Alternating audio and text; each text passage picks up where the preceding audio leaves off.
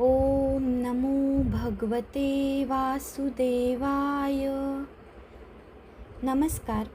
माई आणि कौशिकीचे भक्तिविश्व या यूट्यूब चॅनलमध्ये सर्वांचं मनपूर्वक स्वागत. आजच्या व्हिडिओमध्ये आपण बघणार आहोत श्री अधिक मास महात्म्य कथासार अध्याय 2 गोमातेची सेवा.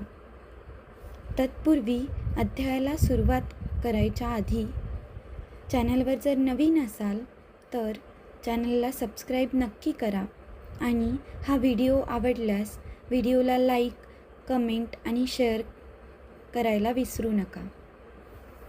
आजच्या व्हिडिओमध्ये आपण श्रवण करणार आहोत श्री अधिक मास महात्म्य कथासार अध्याय 2 गोमातेची सेवा. लक्ष्मी म्हणाली, नारायणा, मागील अध्यायात तुम्ही मलमासाची माहिती दिली. त्या अधिक मासात काही पुण्यकर्मे करण्याचे महत्त्वही सांगितले. आपले आरोग्य आणि समाधान टिकविण्यासाठी यथाशक्ती व्रते नियम करून ब्राह्मणाला सुवासिनींना दान देण्याबद्दल कथन केले. परंतु अशी व्रते करण्यास किंवा दान देण्यास जे लोक असमर्थ असतील त्यांनी या अधिक मासात काहीही खर्च न लागता करायचे असे काही नियम सांगा, ज्यांच्यामुळे अशक्त, दरिद्री अशाही लोकांना पुण्य मिळेल आणि त्यांना मनःशांती लाभून त्यांची प्रगती होईल. भगवान म्हणाले, अशा दरिद्री, अशक्त किंवा असमर्थ लोकांनी अधिक महिन्यात दररोज पहाटेच लवकर उठून शक्य तर थंड पाण्याने नित्य नियमाने स्नान करावे. देवदर्शन, नामस्मरण आणि गोमातेला वंदन करावे. नंतर शक्यतो नक्त भोजन म्हणजे फक्त एक वेळात जेवण करावे. जेवणापूर्वी गाईला घास द्यावा. गोमातेच्या सेवेचे पुण्य फार असते, कारण गाईचे महत्त्व सर्व तीर्थांपेक्षा आणि सर्व देवांपेक्षा अधिक आहे. गोमयाने सडा सारवण केले तर ती भूमी अतिशय पवित्र बनते. तेथील वातावरण शुद्ध होऊन त्या घरी सुख, शांती आणि समृद्धी नांदते. गाईचे दूध हे मातेच्या दुधाप्रमाणे पूर्णान्न आहे. गाईच्या शरीरात सर्व देवांचा निवास असतो. गाईचे मूत्र, शेण, दूध, दही, तूप या पंचगव्य प्राशनाने सर्व रोगांचे निवारण होते. तनामनाची शुद्धता होते. अशा या गोमातेची सेवा स्त्री पुरुषांनी सदा सर्वकाळ करावी. परंतु अधिक मासात जर ती नित्य नियमाने केली तर विशेष पुण्यकारक असून या उपायामुळे माणसाचे कल्याणच होते.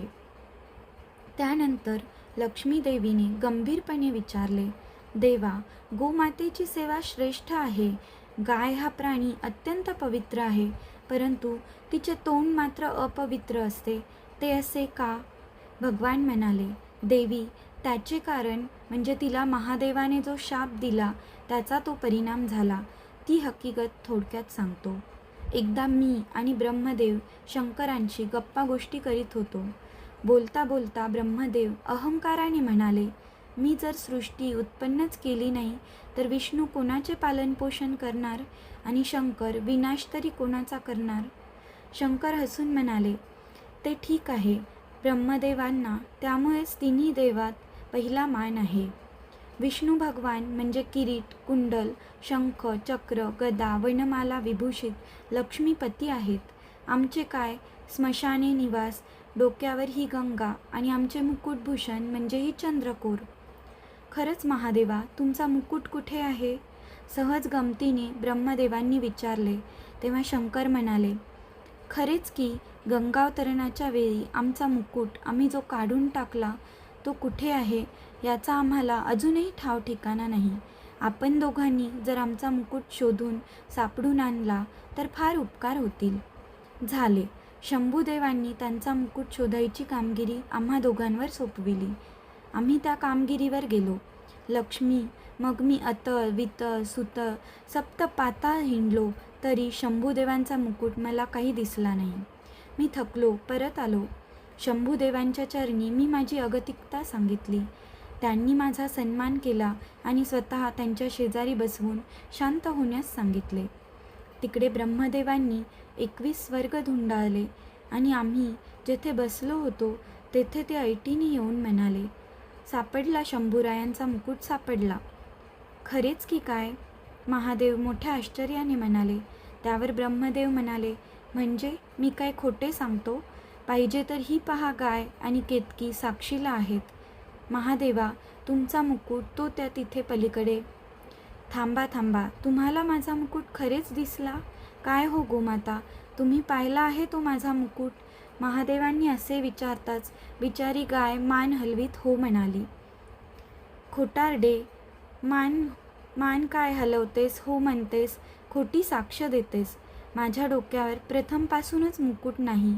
जे नाही ते तुम्ही पाहिले म्हणून सांगता, खोटे बोलता. याचा परिणाम म्हणजे ज्या तोंडाने या गायीने ही खोटी साक्ष दिली ते तिचे तोंड अपवित्र होईल. ती आपल्या तोंडाने घाण खाईल. झाले. लक्ष्मी, महादेवाच्या त्या शापामुळे गाय सर्वांगी पवित्र असूनही कधीकधी ती आपले तोंड अपवित्र करते, विष्ठा खाते. तुझ्या शंकेचे निरसन आता झाले ना? होय महाराज. या अधिक मासाचे महत्त्व आणि त्या महिन्यात करावयाची व्रते, दाने, नियम यासंबंधी मला आपण जी थोडी माहिती दिली ती मला खूप आवडली. तसेच अशक्त, दरिद्री आणि सामान्य माणसांनीही या महिन्यात जी काय साधी बिनखर्ची व्रते करावी, दररोजचे साधे नियम पाळून पुण्यकर्म करावे तेही समजले. देव, ब्राह्मण, संत, सज्जन यांचा मान राखून गाय आणि तुळशीचे पूजन नित्यनेमाने करावे हेही आता पटले. विष्णू म्हणाले, आता पुढील अध्यायात श्रीमंत माणसांनी गायीची सेवा करावी आणि शक्य तितक्या गायी ब्राह्मणांना दान द्याव्यात याबद्दलची माहिती आणि एक कथाही मी तुला सांगणार आहे. ती तू शांतपणे ऐक.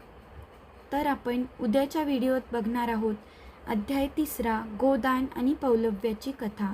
तोपर्यंत ओम नमो भगवते वासुदेवाय.